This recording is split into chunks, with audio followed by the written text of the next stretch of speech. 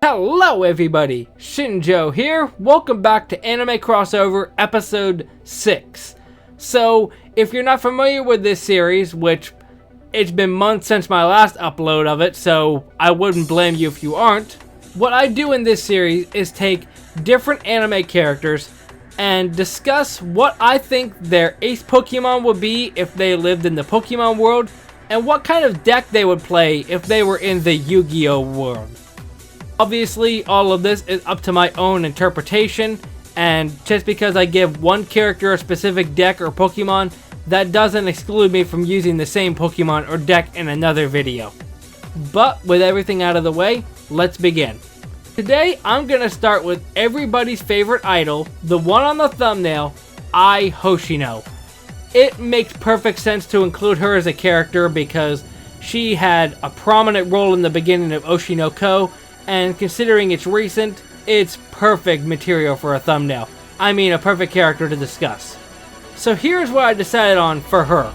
So I played heavily into the star theme with her outfit, her eyes, and picked the Pokemon that embodies space, Clefairy. Evolving with a Moonstone makes perfect sense. Same with her Yu-Gi-Oh deck. The Constellars play heavily into a space theme. I think that makes perfect sense as well. I promise, not all of these are going to be as simple as this. The next character is one that has risen in popularity, in my opinion, and probably a lot of people's opinion, Yotsuba Nakano. I believe there's a new season of the show with material from the manga or something like that. I'm not exactly familiar. And since she's my favorite quintuplet, sorry to the other four, this is the one that I'm starting with. And here's what I went with for Yotsuba.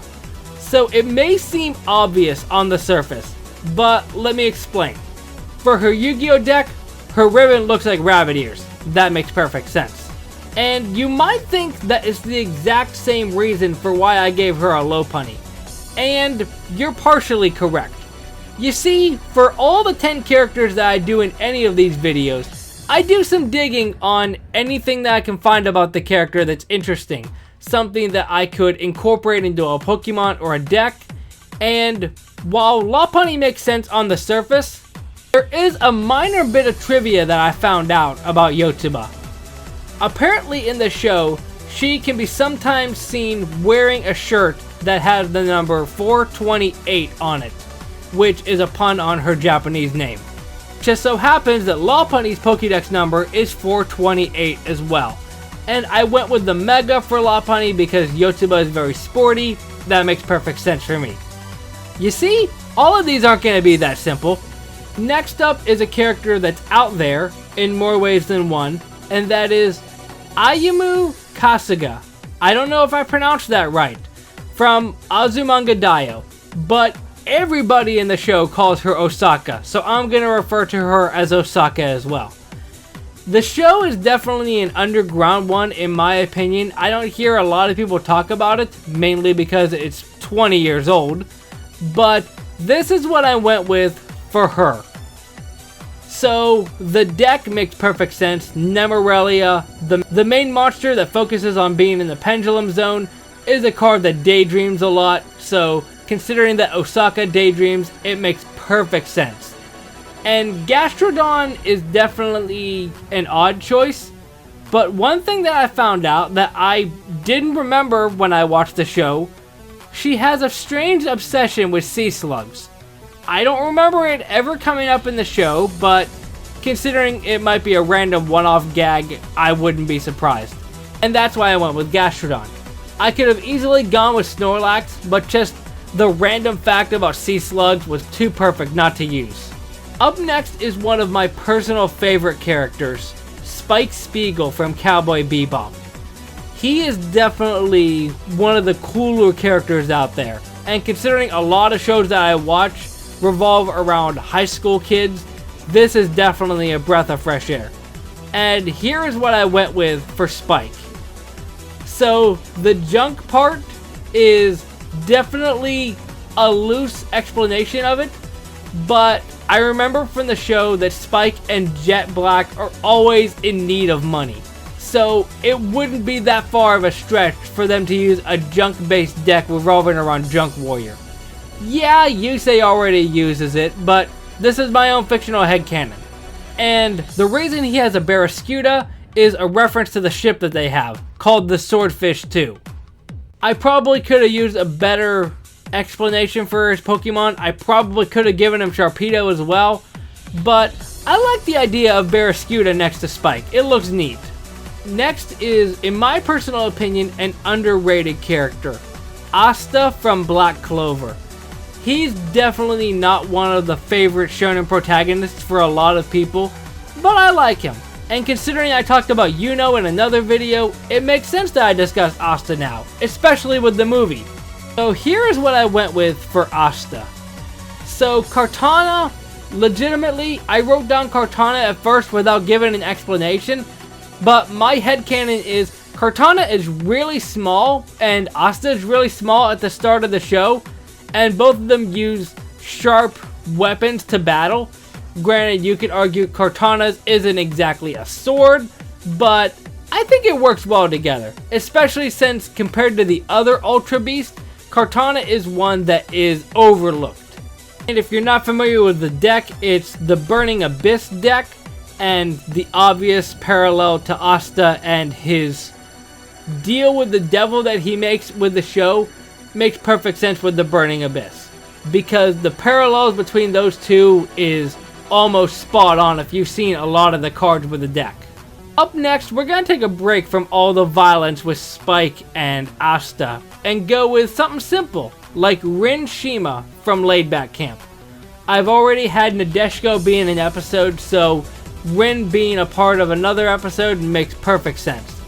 And I don't remember what I gave Nadeshiko, but here's what I gave Rin. The Pineco is because Pinecones have been shown to talk in Laid Back Camp, as weird as that actually sounds, and since Rin is focusing on being outdoors and camping, the Melfies make sense. There are very few decks that focus on being outside. I could have given her the Naturias, but I think the Melfies make a lot of sense, especially using Melfie Puppy because Rin loves puppies. Another one of my personal favorite characters is next, Killua Zoldyck from Hunter x Hunter. I would say I prefer him to Gon, but it's a really close race between the two.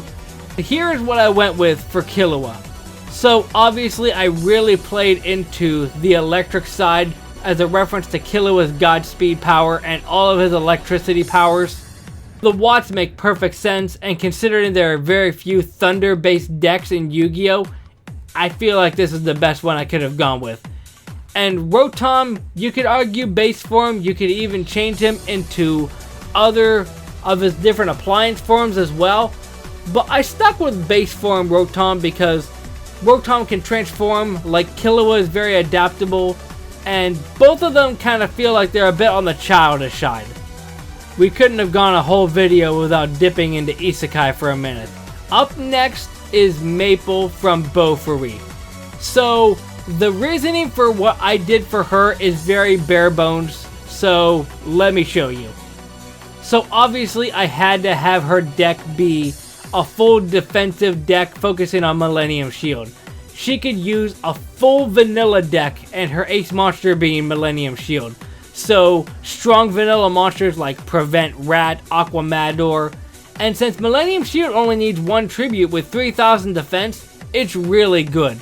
And she can even set up with cards involving Magic Jammer or anything to stop her opponent from switching her monsters into attack mode. And Tyranitar is a reference to Maple's skill of Atrocity. It's the giant monster form that she takes where she can just fight anything.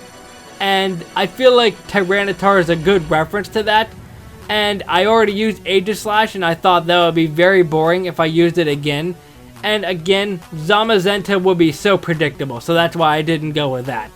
The next to last character for today is Yu Ishigami from Love is War.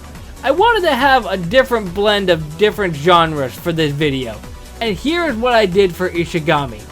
So, the Virtual World deck, I did that because Ishigami is so focused on video games, whether or not the virtual worlds actually revolve around games as well.